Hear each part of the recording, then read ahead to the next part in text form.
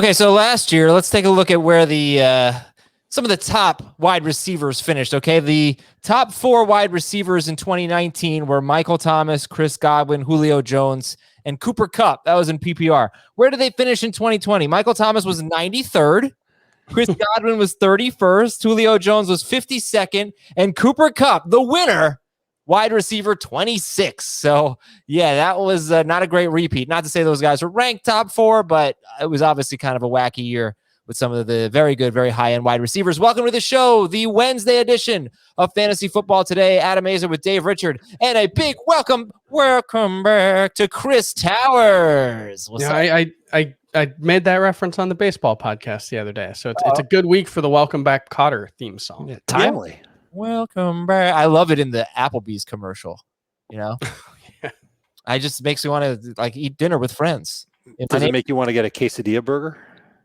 Is that what they have there? I believe they do. I got one once, but it was like a decade ago. I don't think I've been to an Applebee's since high school. They're really not bad. They're actually quite good. I'll tell you. I'll take your word for it. Look, I'm a big Chili's fan, so I'm not going to act like I'm some kind of snob. Chili's is great. It is so Chili's should sponsor the show. I think that's what we're trying. Hey, wink, wink, Chili's. Okay. Anyway, if we get into the wide receivers here, I bet you Schrager's never eaten at Chili's. I bet he has. Yeah, and they have very good drinks, very good drinks. I mean, the 2-for-1 drinks at the bar when we were in college, that was a hit. Okay, guys, how easy or difficult was it to put together to rank your top 5 wide receivers? It wasn't hard. It wasn't hard. It was especially easy to it was easier to put together a list of, I would say, probably the top 7 and then narrow it down from there to the top 5. But I did not need to spend a lot of time, especially after the Julio trade, pinpointing exactly where I want each pass catcher. Yeah, I have, I think, a pretty clear top 4 and then a pretty clear top 7. But I think there might be some differentiation between mine and Dave and everyone else's lists. But yeah, it wasn't that hard. I think the top guys kind of stand out. I think everybody knows who the top guys are. Maybe the fantasy manager that doesn't take it seriously, the fantasy manager that isn't even listening to this podcast right now, they might not be up to speed on AJ Brown being a top 7 receiver. At least I think he's a top 7 receiver. Same. And I think they'd be on to Justin Jefferson being up there, but I'm not 100% sure. There might be 10% of that group of, mindless souls whose money we're going to take this year that might not put Justin Jefferson up there, but that's okay. That's why we're doing this now for everybody else. Yeah, I think you got to throw Keenan Allen in there to be. I don't think he has wide receiver 1 upside, but he certainly has top 5 upside in specifically PPR, and he's going to be a target hog and upside for sure.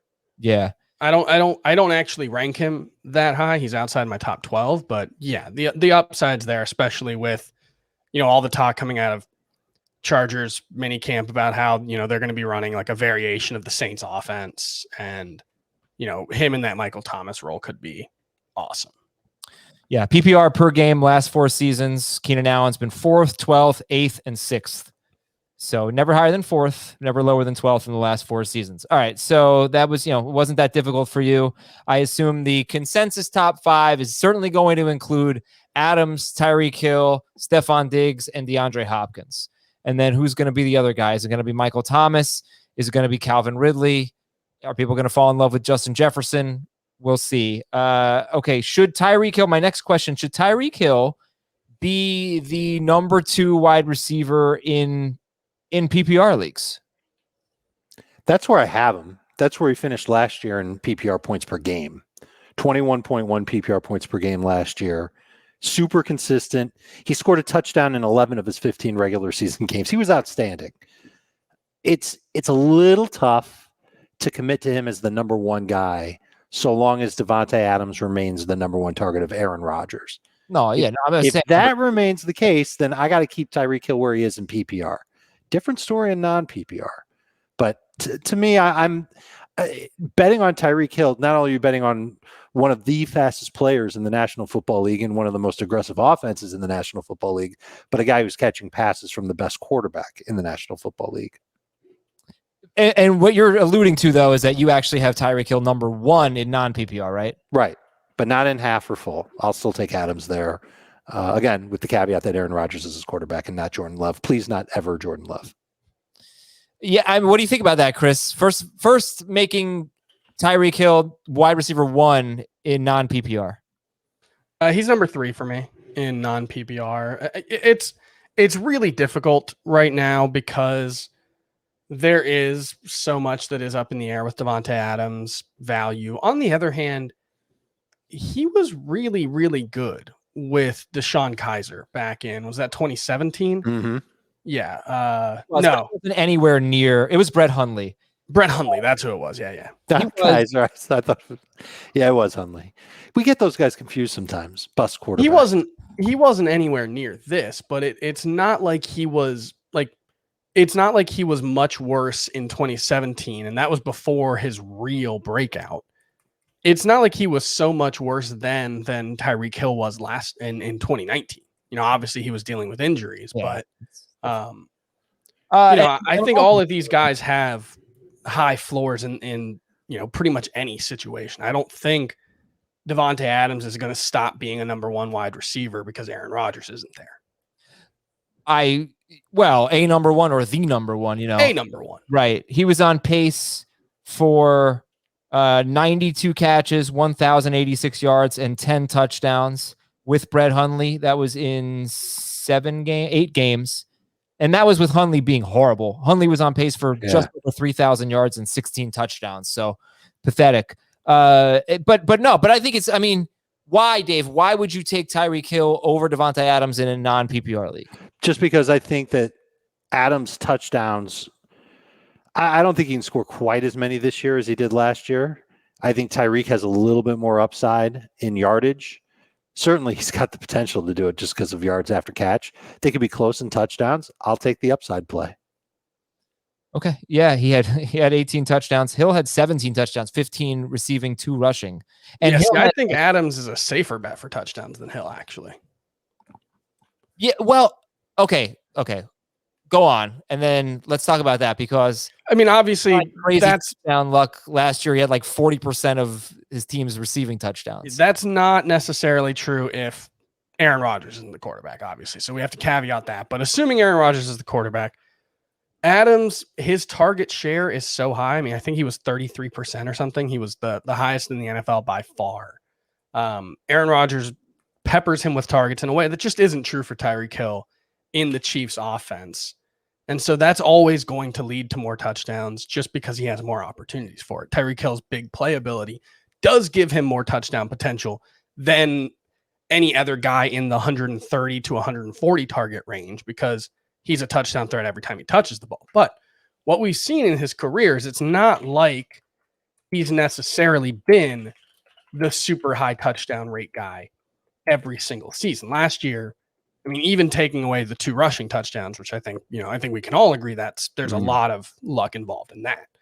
But 15 touchdowns on 135 targets. He had 7 on 89 in 2019. He had 12 on 137 last season. So, this was the first time in Tyreek Hill's career where he's had a 10% touchdown rate or higher. So I just think that last year was more of an outlier for him in terms of touchdowns than it was for Davante Adams, who has had, 4 double-digit touchdown seasons before. But Tyreek Hill has 2 in his last 3, and that was when Mahomes was healthy and he was healthy. I expect we all expect double-digit touchdowns from both of them, right? Yes, but I have Davante Adams with the highest touchdown projection. I think Hill's still 3rd. So I'm not exactly saying Tyreek Hill's not going to score a lot of touchdowns. Okay. All right. So that's an interesting debate. And I think for the sake of this show, we should probably just treat it as if Aaron Rodgers is going to be the quarterback in week 1 for the game. I think that's how you have to treat it just in general. I think if the Packers were hell-bent on trading him, they've had 2 huge moments where they could have done it. They could have done it on draft night. They didn't do it. They could have done it right after June 1st. So why would they wait to trade him now? In case of an injury or something? Like, I don't know what would be holding them back. If maybe it's not on them at this point. It could be on Rodgers if he's actually going to show up. Maybe he's not getting traded, but is he going to show up? Maybe there's something to that, but I think the Packers front office thinks that they're going to keep him. Okay. Well, if you haven't heard yet, we're giving away spots to this year's Scott Fishbowl League. All you have to do is subscribe to our YouTube channel, which is youtube.com/fantasyfootballtoday, and comment your Twitter handle on any of our videos this week. Scott Fishbowl 11 is a fun league with fans, analysts, and celebrities. You won't want to miss out. Remember to enter. All you have to do is subscribe to Fantasy Football Today on YouTube and comment your Twitter handle, and good luck to you. And by the way, we're going to have a mailbag show on Friday. Apple Podcast reviews are welcome. Please leave a 5-star review on Apple Podcasts with a question, and we will answer it on our Friday show, along with your emails at fantasyfootball@cbsi.com. That is the letter I, fantasyfootball@cbsi.com. All right, looking at some wide receivers here. You know, for quarterback, I framed it as like other than Mahomes. And for running back, I framed it as other than Cook and McCaffrey. But I'm not going to do that here. I'm just going to ask you, who has the most upside at wide receiver? I think still probably Devontae Adams. I don't know if I can pick one guy that can for sure do it, but if you had to think about which receiver had the potential for the most targets, Adams would be up there, Ridley would be up there, Diggs would be up there. Yeah. And I think Adams is probably the safest play to say that he's got the most upside. Tyreek's got upside too. I just don't think he's got the upside to catch the most targets or see the most targets, I should say. Yeah, Ridley's a really good call. That was probably an oversight for me because he did lead the NFL in air yards last season. He showed he could still be successful without Julio Jones last season, even with Matt Ryan struggling. The question for me is like, does he have that 160, 170, 10 targets per game or more upside? I would think he does without Julio Jones, but I'm not 100% sure. Whereas we have seen that from from Devontae Adams. We have seen that from Michael Thomas in particular, those two guys. Michael Thomas, he had a 1,700 yard, 150 catch season 2 years ago. Obviously the QB situation is different, but I still think he's in that discussion. Julio leaving behind 7.55 targets per game in Atlanta. Yeah. No, that's got to be more than that. That's what it is, just with the raw numbers. Really play. Right. I'm including those games. So if you take that out and you do 68 divided by 7, then you're looking at about 10 per game. Right. And just here's just an important stat to know about Devontae Adams. He's been on pace for 111 or more catches 3 straight years. Bam, right there. I mean, that's wild. Okay. Yeah, I don't think Tyreek can touch that. That's why Adams remains number 1. Who has the most downside among these elite wide receivers? Brandon Cooks. No, nothing. Yeah, I guess the elite wide receivers. How are we defining it? Yeah, if it's the top 7 or 8, I think it's. Oh, it's going to hurt to say it. I mean, Adams, if Aaron Rodgers doesn't play, but I still think he's going to be really good. Yeah. Hopkins, the one interesting thing about this elite wide receiver group is it's mostly older guys. Wide receivers tend to peak at 28, and then there's like a 2-year very steady decline phase. And once you hit 31 wide receivers as a population, that's the year that they tend to really fall off. But 27, 28 is typically the best year of a wide receiver's career.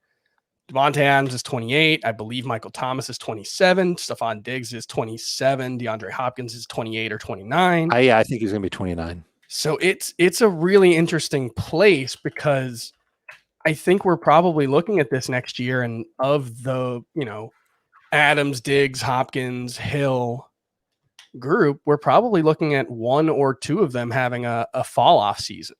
And it's just a question of which one it is. Mm-hmm. Yeah, Hopkins is 29. What's the That's kind of a bummer. What's the answer? Who's got the most? By the way, I think the elite wide receivers can play very well well into their 30s. So I'm not worried about a 29-year-old. I think Chris, correct me if I'm wrong. I don't think you're talking about it like they turn 31 and then their legs fall off, but they're a steady decline, like you said. Yeah, it's like, 31. Nobody in this group is. They're 28, 29, 27 through 29. So it's like, but there's a couple of youngins in here too. Yeah, we're good. I think it's more like what we've seen from Adam Thielen the last couple of seasons, where he can still be really good. Right. Yeah.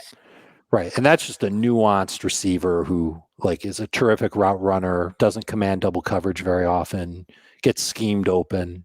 Like that's kind of what you need when you're an old guy. You need a Walker. Who's got Walker? The most downside guy? Let me give you the case for AJ Brown, which it hurts me to do because I think he's a phenomenal talent, but he's not in line for 150 targets so long as Julio Jones is healthy. If Julio Jones plays the majority of the season, that'll hurt his target volume. This is still a team that wants to run the football a lot with Derrick Henry. This is a team that will probably try and cultivate some other talent behind Julio and A.J. Brown. Those two aren't going to get every single pass target from Ryan Tannehill. I think there is some downside for A.J. Brown based on his ADP. I really love Calvin Ridley. I'll just make the case for downside for Calvin Ridley having the most downside. We haven't really seen a lot of him as a number one. And when he was the number one last year without Julio Jones, he had a lot of targets, 10 per game. He had a lot of yards. He had a very, very low touchdown rate, which you would say, whatever, small sample, but that's what happened to Julio Jones year after year. And I don't know. I mean, the Falcons could be really bad offensively now, and they might have a really bad running game, and they have an aging quarterback, and there's really no help for Calvin Ridley unless we just expect Kyle Pitts to be great. So I don't believe this. I think Ridley is in the conversation as wide receiver 3. Ultimately, I think I'd settle on him as wide receiver 5. I can't quite justify him over Diggs Hopkins, but I can make the case that there's unknown, there's uncertainty there. We haven't seen it from Ridley, so that's the case. I'll make a case for one that might be super unpopular, but DK Metcalf. If we're including him among that elite group of wide receivers. I wasn't, but go ahead. But I'm happy to hear this. Go ahead. It's mostly just that among the elite or, second tier elite wide receivers, he's probably the most touchdown dependent of that group and the most big play dependent of that group. It helps having Russell Wilson. But we saw in the second half of last season, he was not an elite wide receiver after he really looked like he made that leap in the first half. He only had 2 touchdowns in his final 8 games, was only on pace for 80 catches, 1,030 yards, 13 yards per reception. Now, came back in the playoffs and had a 2 touchdown, 96-yard, 5 catch game. Yeah. But he's the kind of guy against the Rams where if he doesn't have that 40-yard touchdown, he can be disappointing on a week-to-week basis. Now, I love having him on my team because there are going to be weeks where he hits 2 of the 40-yard touchdowns and he's going to, help carry you to a win. Yeah. But if you're looking for a guy in the top 10 group, let's say, who could have a disappointing season that's not related to injury, that's not related to QB, I think Metcalf is probably the guy, and we saw a little bit of that in the second half last season. Mm-hmm. And I'm really interested to see in the new system that's going to emphasize shorter throws and getting the ball out of Russell Wilson's hands. Is that a bad fit for Metcalf? At least have to ask that question. He's got to dominate after the catch, which was part of his secret sauce in the first 8 games of last season. Almost 6 yards after catch, or yards after contact per catch in the first 8 games, and that fell to 3.3 in the second half. His target volume was almost the same. It was down a little bit, maybe 1 target per game from the first 8 to the second 8, and he just wasn't getting as many touchdowns. I don't have the numbers on like end zone targets or red zone opportunities from the splits here, but obviously that offense took a big turn in the second half of last season. Russ was throwing 5 fewer passes per game. They weren't comfortable with the way defenses were playing them. I think it does come down to just how they reconfigure this offense and try and beat the cover 2 shell. By the way, I want to just go back to Tyreek Hill. We keep talking about Tyreek Hill not going to get the same amount of targets as these other guys, and I don't think anyone's going to care about this. I'm just going to tell you anyway. I've told you this before. It's been a pretty big sample of games without Sammy Watkins over the last 3 years. In 2018, he averaged in 7 games without Watkins, 9.6 targets per game for Tyreek Hill. He played one game in 2019 without Watkins. He had 10 targets. And in 2020, in 5 games without Sammy Watkins, not including week 17 when Mahomes didn't play, 10 targets per game. So that's is 13 games over the last 3 seasons without Watkins and with Mahomes, and he's averaged 10 targets per game. They probably should do that. They should. And if they did, he might be the number 1 wide receiver in fantasy. And let me follow up on that, because they did do that after the first 6 games of the season.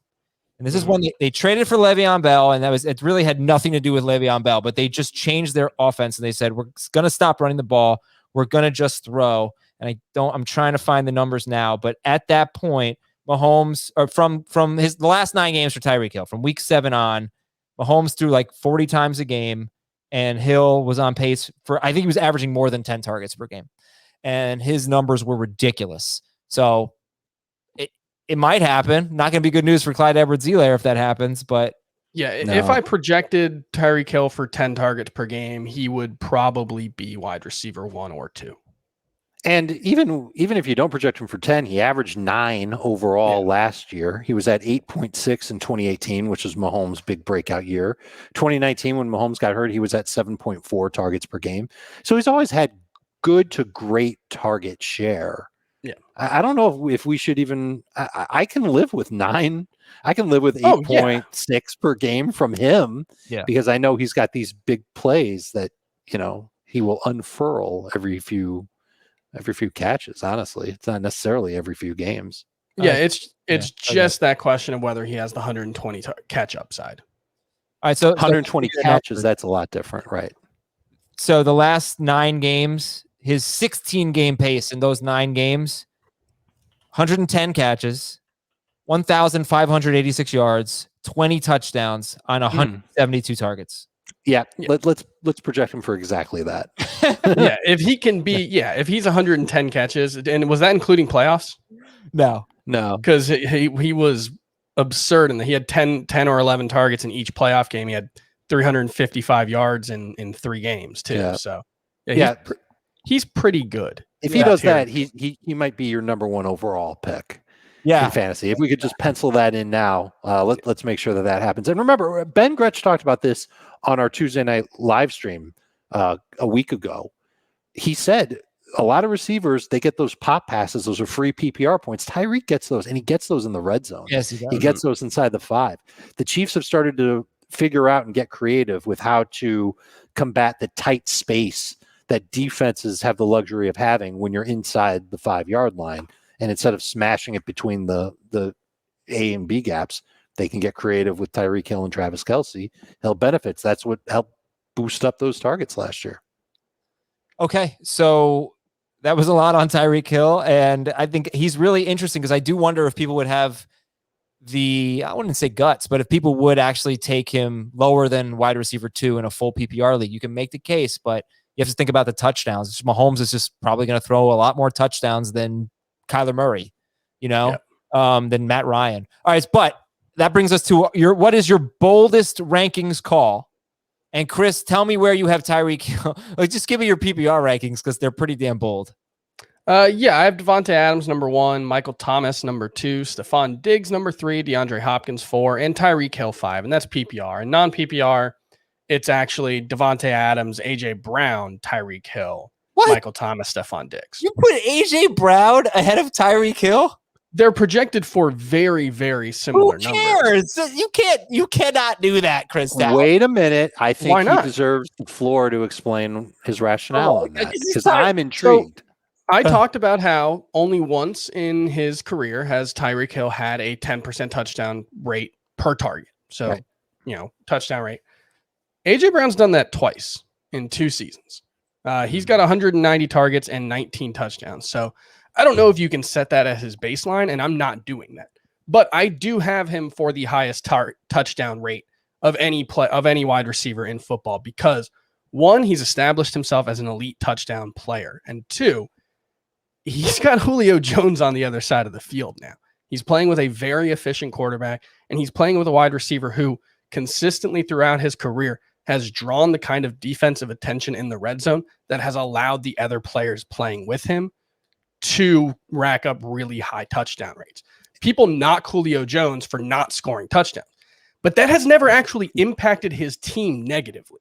Julio Jones, it's not like Julio Jones teams have like marched down the field and then stalled out in the red zone a ton. He's such a dominant force that defenses have to put the defensive attention on him. And that allows Calvin Ridley to have 9 touchdowns as a rookie. You know, that's what's happening. So I think the combination of everything, I actually did move AJ Brown up 1 spot after the Julio Jones trade.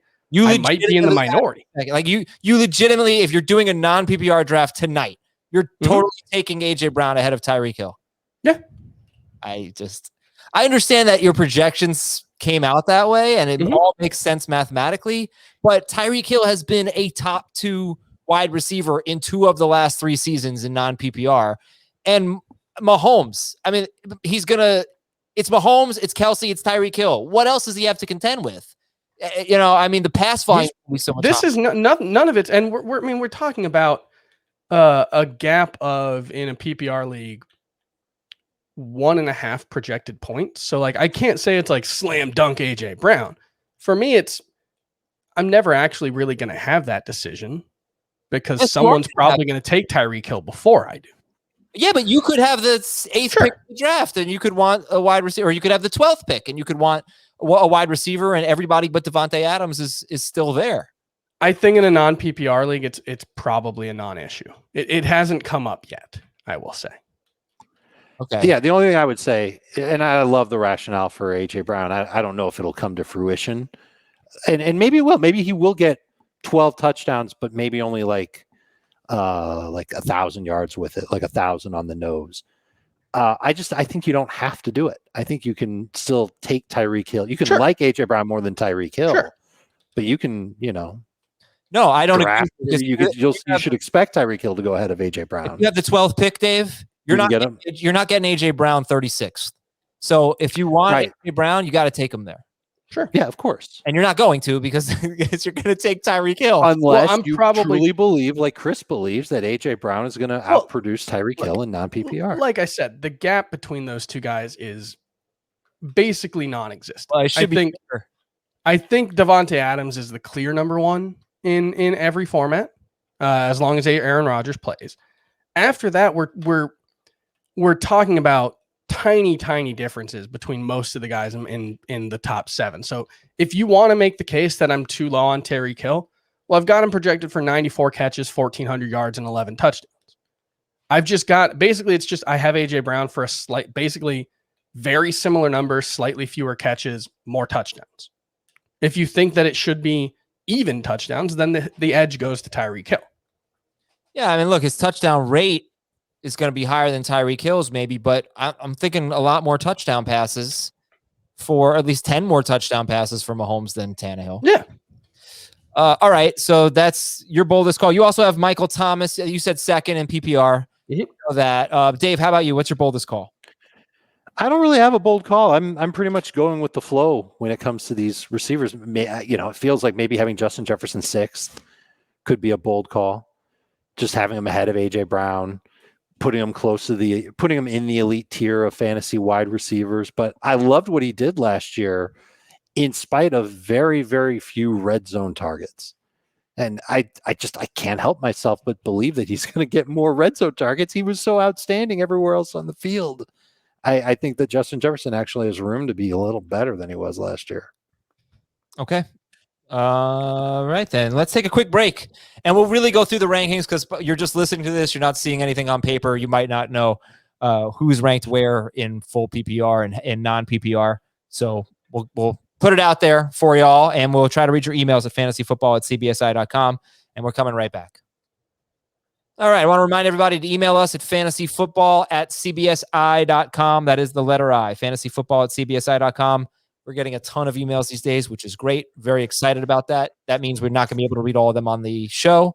I will reply to some of them independently, and we'll read some on our Friday mailbag. But unfortunately, a lot of the emails are just going to probably not get answered. But please email, keep emailing.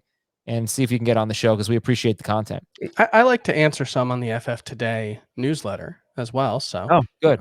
I'll try to Good. answer some of those too. CBSSports.com/newsletters. Is it? I always forget singular or plural. I got to change Newsletters. something that I said, by the way. Before the break, I said that Jefferson didn't have very many red zone targets. He only had 8 targets inside the 10. That's what I should have said. No, he didn't have that many red zone targets. I know, but the stat that gets me is that Justin Jefferson only had 8 targets inside the 10 last year. That's got to go up. Thielen, 13 of his 14 touchdowns last year were in the red zone. 10 of them were inside the 10. 7 of them were inside the 5. So Yeah. Thielen almost had as many touchdowns inside the 5 as Jefferson had targets inside the 10. That's got to even out. Yeah. And That also seems like targets. That also seems like an argument against Adam Thielen. Yes. Oh yeah. I don't even know what his. I don't even know where people are taking him. Is he in that round 4 mix? I know He where people seems are to taking go like 2 rounds higher than I have him ranked. I'll look at Pretty his much ADP in the NFC right now. Yeah, I know where he's going, but I know that I never take him. Okay. Anyway, so let's do it. Let's go 1 through 5. Let's go full PPR. And Chris, what do you got? Full PPR 1 through 5. And Adam, just to let you know, I did knock off 0.3 touchdowns from AJ Brown's projection. So now he is number 3 in non-PPR, just for you. Good. Wow. But look, it's not even about the projections because your projections always make sense. It's just about like but it's just, I can't stomach the thought of putting Tyreek Hill behind AJ Brown. It just doesn't make any sense to me. You know, You don't have to do it though. Like that's the beautiful thing about all this is that everybody was just treated to somebody else's opinion. That's rare because I mean, how many fantasy analysts are there in the world? A ton. 90% of them are going to have Tyreek Hill out of AJ Brown, and here's one that doesn't. And now we understand why. And you know what? It's actually not a bad argument. No, you're right. It is a good argument. I wouldn't have the guts to do that, even if my projections said AJ Brown was going to be better than Tyreek Hill. Well, then you should not project players. You're a coward, Adam. Right. Well, I play it safe, but I don't think Tyreek Hill is playing it safe. You know what I mean? I don't think. Oh, absolutely. Look, there's this is the problem with any like rankings debate is that like I specifically made a point not to make any kind of argument against Tyreek Hill because that would be a stupid thing to do. And I don't think I'm a stupid person. Tyreek Hill is amazing. He's one of the best players in the NFL. He's the guy that every draft, there's 4 guys who are like, this guy could be the Tyreek Hill of this offense. And it's like, he's not going to be. There's one Tyreek Hill ever. Yeah. So like, that's not, it's just, I also think AJ Brown is that kind of talent. Yeah, he's terrific. Okay, Dave. Sorry. Oh no, Chris. You first. Yes. Your top 5 in full PPR. Devontae Adams, Michael Thomas, Stefon Diggs, DeAndre Hopkins, Tyreek Hill, and I think that's more or less. Calvin Ridley's right in that group, and then after that, I think there's a little drop. Okay, but Thomas too. So Adams, Thomas, went Diggs, Hopkins. Diggs, Hopkins, Hill. Okay, Dave. Yeah, I'm taking an NFA approach to my PPR receiver rankings. It's Adams 1, Hill 2, Diggs 3, Ridley 4, Nuke Hopkins 5. Adam Thielen's NFC ADP in June, by the way, is 55th overall, so he's a round 5 pick. Yeah. Wide receiver 20. Yep. You do have the same names. No, you don't have the same names. We do not. Sorry, Dave. You do not have Michael Thomas in your top 5. Chris has him second. I don't have Thomas in my top 12. Yep, I'm on an island on Michael Thomas for sure. But I think I'm on a different island. I think most people have him in between us. Yeah, I think he's right around. He's wide receiver 9 in overall NFC ADP. He's closer to Keenan Allen than he is to AJ Brown. I have heard Chris's argument for Michael Thomas many times. Let's hear it again. But first, Dave, why you don't have him in the top 12? Drew Brees has retired, so now the options to throw passes to Michael Thomas. Otis pod. You've got Jameis Winston, who I don't think any of us should be convinced that he's suddenly going to become a more accurate quarterback. And you've got Taysom Hill, who did target Michael Thomas a lot, but it wasn't necessarily on a lot of deep stuff, a lot of slants. And I know that that's the type of route that Michael Thomas can dominate. I think defenses know at this point, it's like the opposite of what happened to A.J. Brown. Defenses know what to do when they're taking on the Saints and it's 3rd and 8. They're going to put an extra guy on Michael Thomas. He's beaten the double before. Can he keep doing it with a different quarterback who's not going to throw as accurate a ball as Drew Brees did? Makes me nervous. Makes me wonder just how many of his targets are going to be catchable and what is his upside as far as catches go.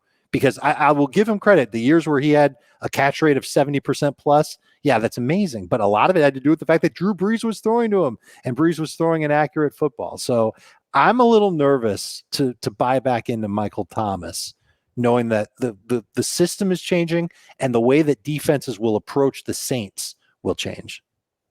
Okay, Chris, give me your 30 to 45 second rebuttal. I think there's value in all of that. I don't think he's going to be. I mean, his catch rate in the last 2 healthy seasons is 85 and 81%, which is just, it's off the charts. Nobody does that as a wide receiver. Right. It's rare to do that as a running back. He's not going to do that again. But I think what's going to happen, especially if Jameis Winston is the quarterback for the Saints, is I think the volume's going to be there. I think he's going to continue to be a 30% target share rate guy. I think he's going to be, a 10 targets per game guy. And I think, what he loses in catch rate, I think he can make up for in slightly more valuable targets overall, or at least more valuable targets, a higher volume of valuable targets, more down the field attempts, which is not something that Drew Brees has done a ton. Potentially more touchdowns with a more aggressive quarterback. Jameis Winston's issue as a quarterback has never been that he can't put yards and touchdowns on the board. The issue is that instead of 15 interceptions, which is what a normal quarterback would have in his shoes, he had 30 in his last season as a starter. But it was not like he couldn't put up huge passing and touchdown numbers, and it's not like he couldn't sustain high-level fantasy production. Michael Thomas is still in his prime. He was basically 1,400 yards, 120 catch guy with Taysom Hill, and that was when he wasn't healthy. His last game of the regular season was Taysom Hill's last game as a starter. He was dealing with that high ankle sprain pretty much all season. He went on IR twice. He came back in the playoffs, had 7 catches for 73 yards and a touchdown.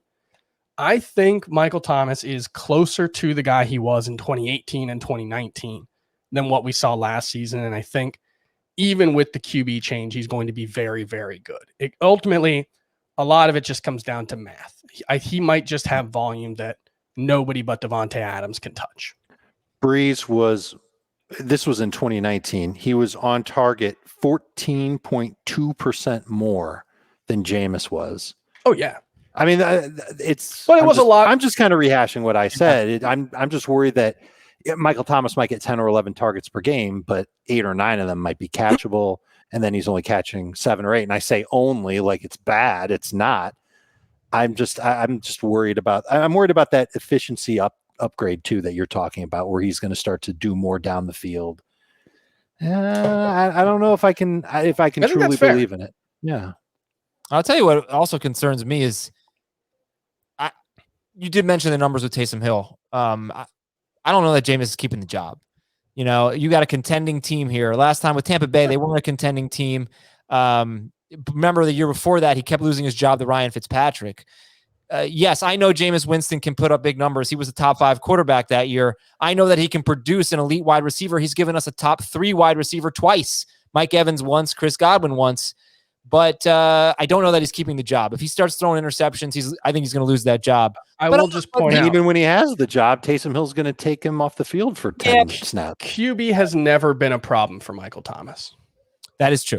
He has played with 3 different starting quarterbacks, and he's been basically an elite fantasy wide receiver with all of them. Last year, he didn't score the touchdowns, but if he gets 120 catches and 1,400 yards like he was on pace for, I think you're going to be happy with him. Okay. Any issues, guys, with Diggs or Hopkins, or are they basically who we think they are? I think Diggs is I was going to make the comment, we could probably nitpick every receiver in the top 5 and come up with why they've got downside. I don't know if I can come up with serious downside thoughts for Stefon Diggs.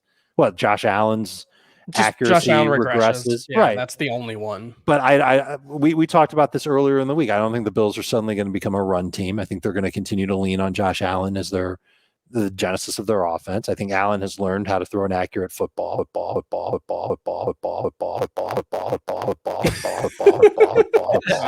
remix. Proven. This is happening right now on our podcast. Can we get rid of it? There we go. We need to clip That's that ASAP. amazing. That was awesome. Yeah. All right, Dave. Funky. Oh my God. We have got to make some type of music to that. It's going to be a thing. Love it.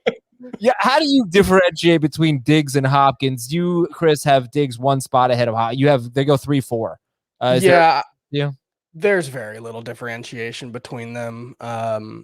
It's a 10-point projection difference, and across the board, it's 2 catches, 30 yards, 1 touchdown. And the thing that's going to be key for me is I think Stefon Diggs plays with a better quarterback, but there's no question Kyler Murray is as talented as Josh Allen. And I think the addition of Rondale Moore could be really, really good for DeAndre Hopkins, because this is something Cliff Kingsbury was raving about during minicamp, is Rondale Moore's ability to make plays after the catch, which has been a huge part of the Cliff Kingsbury offense so far in Arizona, where it's been a lot of short throws, screens behind the line of scrimmage. DeAndre Hopkins, especially last season, had a ton of those types of targets. His average depth of target fell to 8.9 yards. It was above 11 the previous 2 seasons. Those kind of targets, some of them are going to go to Rondale Moore. And I don't think it's just going to mean fewer targets for DeAndre Hopkins. I think it's going to mean more valuable targets. Like I was saying with Michael Thomas, if DeAndre Hopkins loses some of those shorter yard targets where he's, catching a screen and getting 6 yards, it might mean more downfield targets, more red zone targets, more of the more valuable targets that can help him make up for, what might be a small loss in volume. I think when you look at all these receivers we've talked about, Adams, Hill, Michael Thomas, Diggs, Ridley, Hopkins, just stop there with the top 6.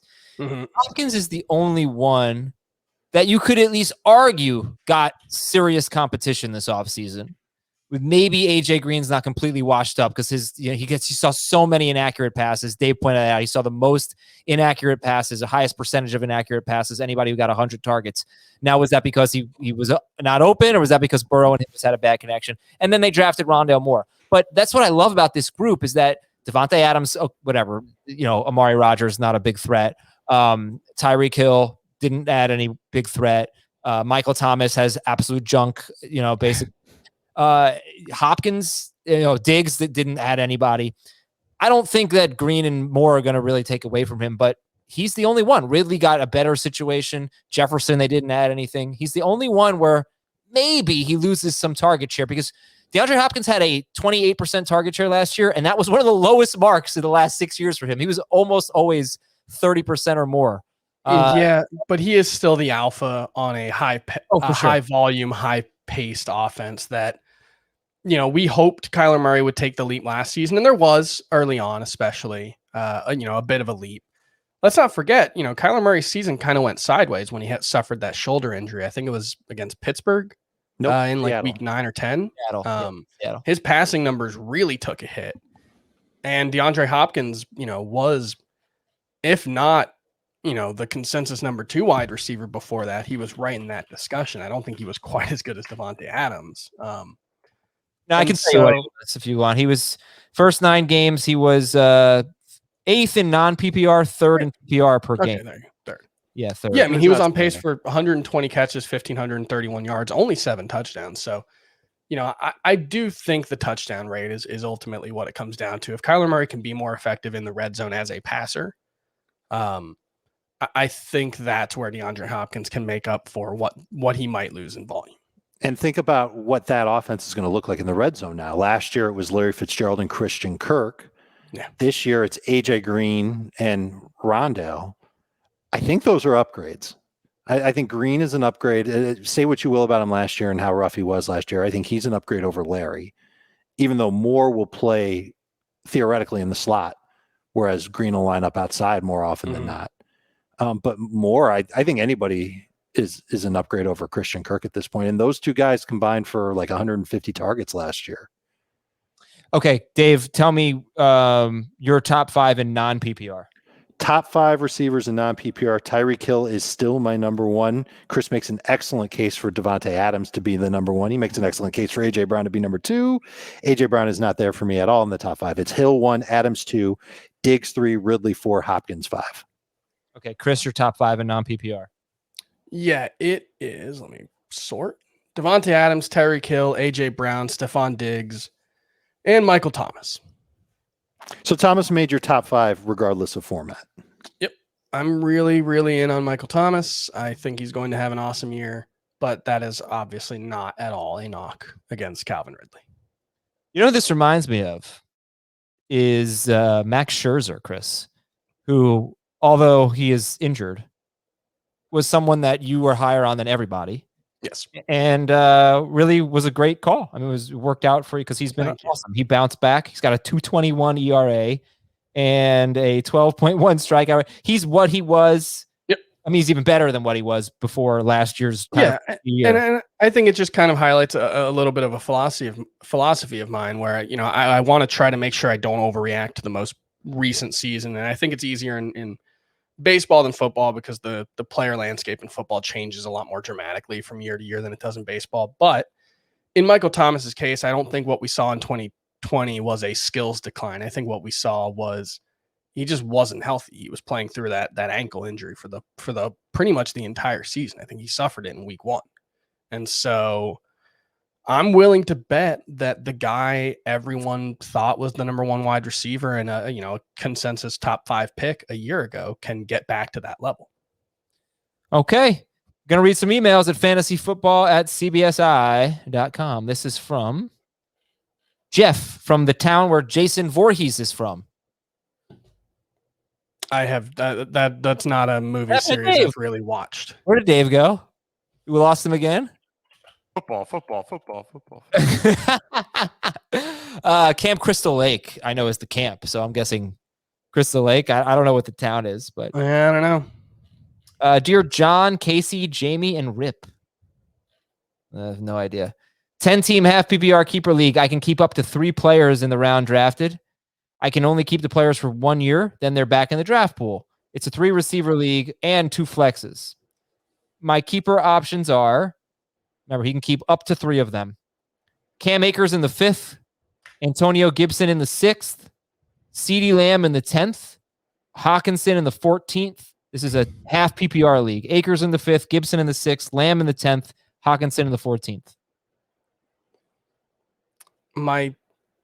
I think I would go. I think Lamb is the easiest call.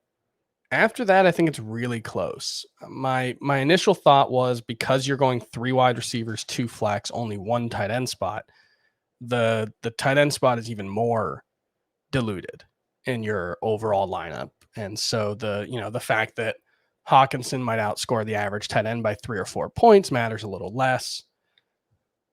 So I think I would go Akers, Gibson, and Lamb, but I'm also, I think, lower on Hawkinson than the rest of our group. I'm glad you said that because I agree with you. This is a format, 3 wide receivers and 2 flex and half PPR, where I feel the same way about tight ends, unless it's Kelsey, really. And you can make the case for Kittle, Waller. Yeah, I think this really hurts the tight end value. So I thought I was on an island with that philosophy. I'm glad you said that. All right, this is from Matt. Just finished listening to the latest podcast and loved the discussion on Cam Akers, particularly when you noted how risky it was taking him where he's going. I can't help shake the feeling that we're going to get bitten if we take him there. And there would be, end of round 1, early round 2, around 12th overall. I posted this tweet the other day to try and illustrate something. And the tweet was comparing Cam Akers to Miles Sanders as rookies. I can tell there's a lot of Akers supporters out there, and they came at me. Wouldn't be surprised to see his value increase as we get closer to the season, if this is any indication. I don't have to go through the whole tweet, but the tweet was basically saying, we bought into Miles Sanders, his late game stretch, and I was the guiltiest of all. Are we making the same mistake with Cam Akers? Because Sanders was better. He averaged more points per game in the last 6 full games. He averaged almost 3 more points per game. This is according to Matt. And a little bit more points per touch. So That's why I do think it's silly to take Cam Akers over Stefon Diggs and Calvin Ridley and DeAndre, specifically Diggs and Hopkins in full PPR. And that's happening, and I don't agree with it. So, yeah. Agreed. Yeah. I've been like toying with the idea of dropping this take, and I'm not sure, so I'll just put it out there and we'll see what happens. Are we 100% sure Cam Akers is very good? Well, Emory Hunt is not. I know that as a former running back and an evaluator of talent. He actually thinks Darrell Henderson. I don't know that he thinks Darrell Henderson is better, but he thinks Darrell Henderson is more explosive. And yeah, we didn't see a ton of explosive plays from Cam Akers. So I think he's good. I can't be convinced yet that he's incredible. He wasn't great in college. I mean, he averaged 5 yards per carry. His junior season, he was 4.9 overall. Yes, there were offensive line issues there. There were offensive line issues last season with the Rams, but you look under the hood at a lot of the advanced stats, and he doesn't really shine all that much. He was 39th among running backs in breakaway run rate, 38th in yards per catch, 35th in evaded tackles. Not a terrible receiver, but not a great one in either college or the NFL so far. And so it's a little bit of a volume play in his case. I mean, even last season at the end of the year, the biggest thing he had going for him was he was getting like 28 carries. And, he had one of the lowest broken tackle rates. I think there are a lot of reasons to think Cam Akers might be more normal than his fantasy rankings would make you think. And people are so gaga over Cam Akers. Yeah, and look, I'm somewhat talent agnostic when it comes to running back. I think situation and role matters so much more. And if they start throwing the ball to him like they've talked about a little bit in the offseason and he remains the number one running back there, it might not matter. He doesn't need to be super efficient if he gets 300 touches. I do think there is a little bit of risk of him busting at this price. And I've got him as, my number 21 overall player. So I am taking him behind my top 6 wide receivers. I am taking him behind Najee Harris and Jonathan Taylor and even Clyde Edwards-Helaire, which I know Edwards-Helaire especially is a bit of a hot take, but I like Edwards-Helaire's role more than I like Akers. And I don't think there's a big talent difference between them. All right. Hopefully we can get into that on a future show. That's an interesting debate. Let's read one more email here. Give me a moment. From DeMarcus, from a large city on the Wisconsin-Minnesota border. And then he says, I'm not Dave, so I don't know. Yeah. Cities. No idea. Madison, St. Paul. Sure. I'm in a 10-team. I don't think those two cities are anywhere near each other. It's like they're like 5 hours apart. Okay. Minneapolis is next to St. Paul.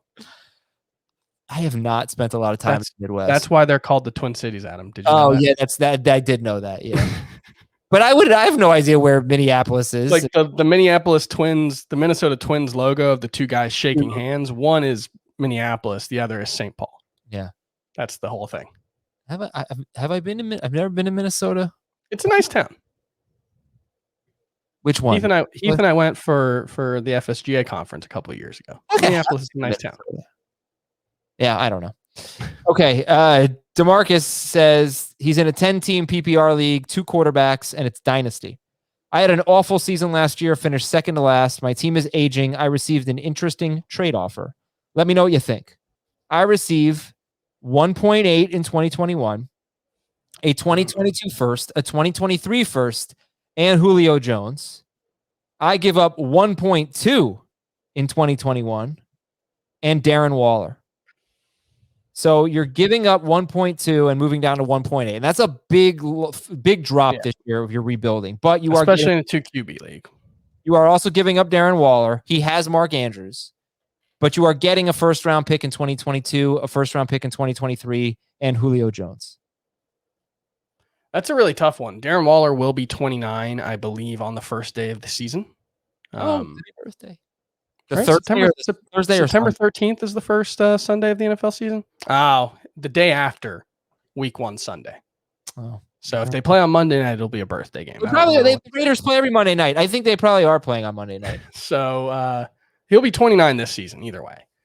Julio obviously older. So I think that the way you have to view this is you're trading Julio no matter what right now. And you're trying to get back another first round pick in 2021 if you can. My thought would be on Monday night. Every week one, the Raiders play Monday Night Football. And it's not even the late game because they don't have a late game. Oh, that's right. Yeah. My thought would be see what you could do just for Waller first and try to hang on to 1-2. And if you could get, 1-8 and one of those first rounders for Waller, I would do that. Because giving up 1-2, that's a really difficult thing to do when you're in a rebuild. If not, I think it's okay, but that's contingent on trying to get and, hopefully being able to get a first rounder for Julio Jones, a 2021 first rounder, hopefully too. Okay, everybody. Thank you very much for listening today to this fantasy football today. Ball. Football podcast. We appreciate it. We'll talk to you tomorrow with the top 5 tight ends.